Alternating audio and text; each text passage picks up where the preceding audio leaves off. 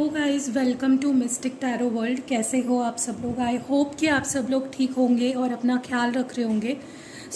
आज हम जो रीडिंग कर रहे हैं, इस रीडिंग में हम आपके पर्सन के deep emotions, deep current feelings आपको लेकर क्या है वो देखने वाले हैं। ये एक जनरल, टाइमलेस और कलेक्टिव रीडिंग है, तो ज़रूरी नहीं है कि सबके साथ मैच करेगी। जिससे मैच करती है वो रख सकते हो, और जिससे मैच नहीं करती है उसको इस रीडिंग को स्किप कर सकते हो। ठीक है, तो चलो let's start the reading and let's see कि आपके पर्सन करंटली आपको लेकर उनकी डीप इमोशंस क्या है, डीप फीलिंग्स क्या है, वो इस वक्त आपको लेकर क्या फील कर रहे हैं, क्या सोच रहे हैं। Let's see.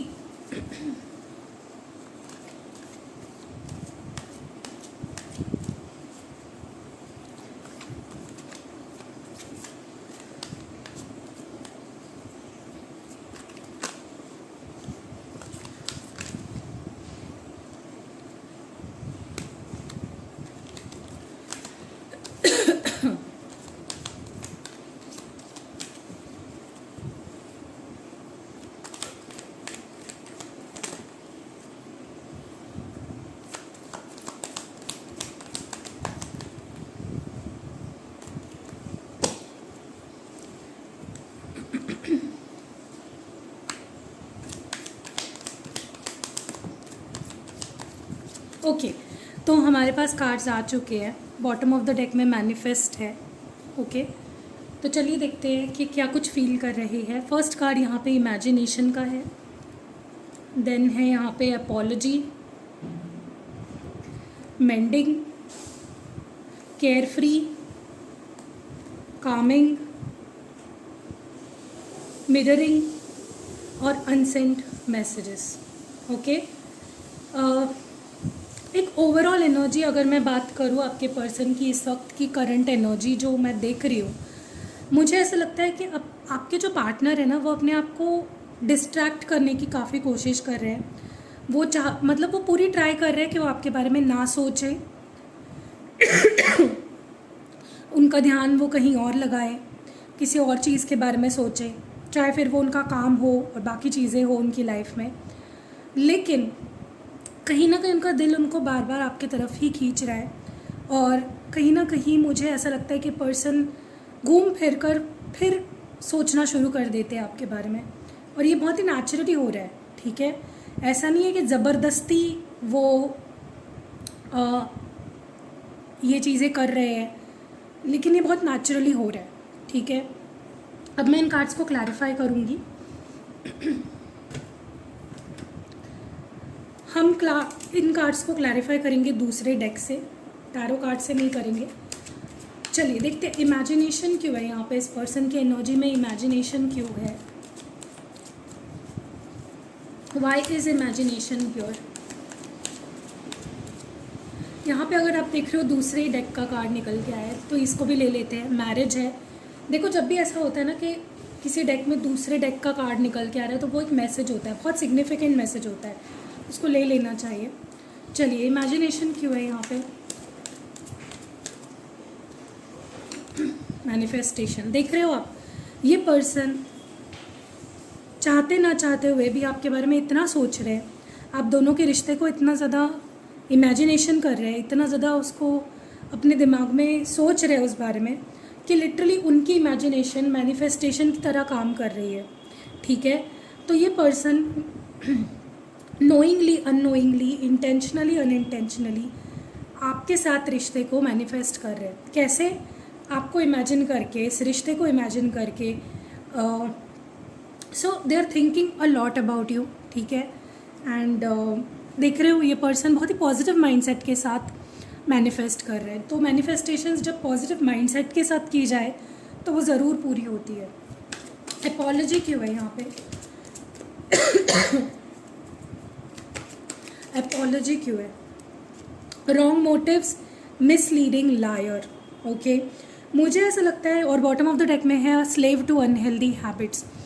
तो देखो, मुझे ऐसा लगता है कि पर्सन ने अगर आपको लेकर पास्ट में कोई भी गलत धारणाएं या गलत इंटेंशंस रखी थी, अगर उन्होंने कुछ भी झूठ बोला था, मास्क पहना था, या फिर आपको झूठे वादे झूठे वादे देकर या झूठी चीज़ें बोलकर, झूठे प्रॉमिसेस करके, अगर इन्होंने किसी तरह से भी आपके साथ कुछ भी गलत किया था पास्ट में, चाहे फिर वो उनकी गंदी हैबिट्स हो या फिर किसी भी वजह से उन्होंने किसी भी तरह से अगर आपका दिल दुखाया, तो वो अब सॉरी बोलना चाहते हैं, अपॉलॉजी चाहते हैं आपसे माफ़ी मांगना चाहते हैं। ओके, सो आप एक्सपेक्ट कर सकते हो कि पर्सन आपसे माफ़ी मांगे। ठीक है, मेंडिंग की एनर्जी क्यों है? मेंडिंग क्यों है यहाँ पे? Shattered, heart broken, shocking. देखिए, मुझे ऐसा लगता है कि आप दोनों का रिश्ता इस वक्त टूट चुका है, दोनों का हार्ट ब्रेक हुआ है, और दोनों के बीच जो भी हुआ है उसकी वजह से वो चीज़ उनके लिए भी बहुत ही न्यू थी, बहुत ही शॉकिंग थी, और आपके लिए भी बहुत शॉकिंग थी। ठीक है, लेकिन अब वो इस टूटे हुए रिश्ते को, इस बिखरे हुए रिश्ते को समेटना चाहते हैं, और कहीं ना कहीं इस रिश्ते को एक नयापन देना चाहते हैं, और वो भी बड़े पॉजिटिव माइंडसेट के साथ। ठीक है, सो आप एक्सपेक्ट कर सकते हो आने वाले समय में ये पर्सन इस रिश्ते को ठीक करने की काफ़ी कोशिशें करेंगे। केयर फ्री क्यों है यहाँ पे?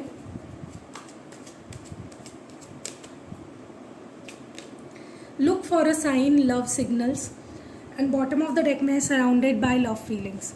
देखिए, ये पर्सन भले ही आपसे दूर है, बात नहीं कर रहे हैं या बहुत कम बात कर रहे हैं, खुद से ज़्यादा कोई एक्शंस नहीं ले रहे हैं, ऐसे दिखा रहे हैं आपको कि उन्हें किसी चीज़ का कोई भी फ़र्क नहीं पड़ता है, वो बहुत खुश है, बहुत ही केयर फ्री जी रहे हैं, लेकिन उनका दिल कहीं ना कहीं चाहता है कि भगवान उन्हें सिग्नल दे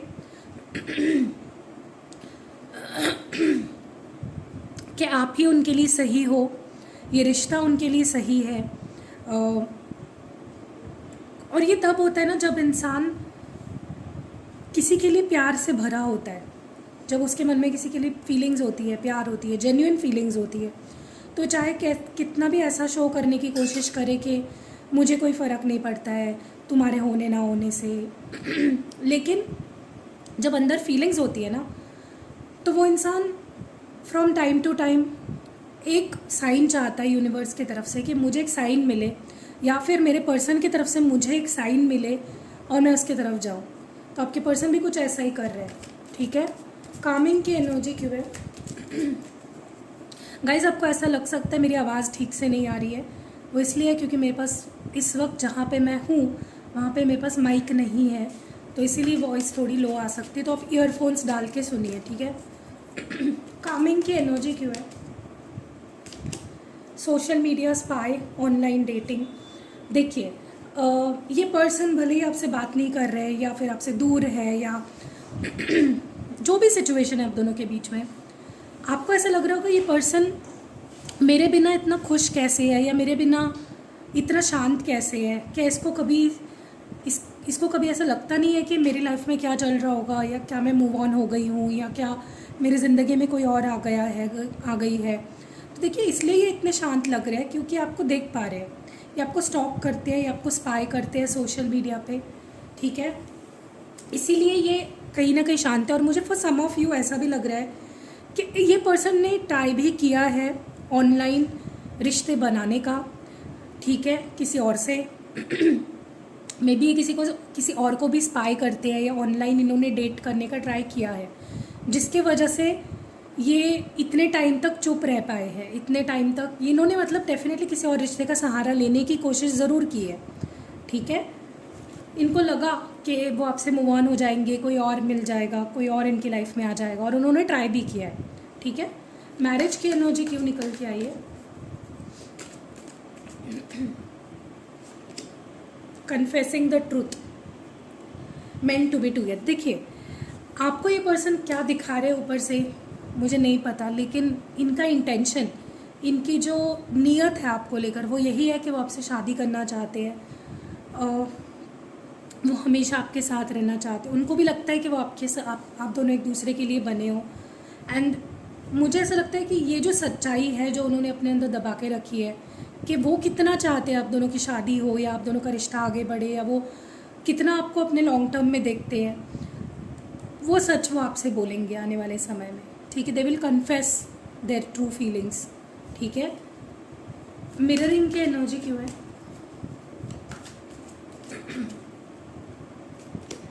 हैप्पी अलोन और बॉटम ऑफ द डेक में है पॉजिटिव चेंजेस। देखो आप दोनों इस वक्त एक दूसरे को मिरर कर रहे हो। मिरर करने का मतलब होता है जो आप फील करोगे वही आपके पर्सन वहाँ फील करेंगे, जो वो फील करेंगे वही आप यहाँ पे फील करोगे। तो इसलिए मैं हमेशा बोलती हूँ पॉजिटिव सोचो, पॉजिटिव एटीट्यूड रखो, पॉजिटिव माइंडसेट रखो, फेथ रखो, होप रखो।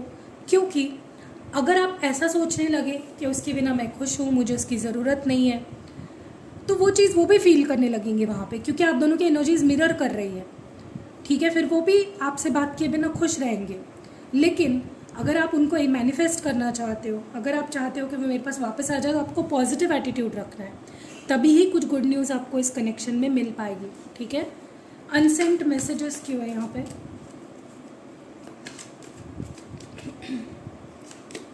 ब्रेकअप, सेपरेशन और बॉटम ऑफ द डेक में है eternal union, love for ever, twin flames.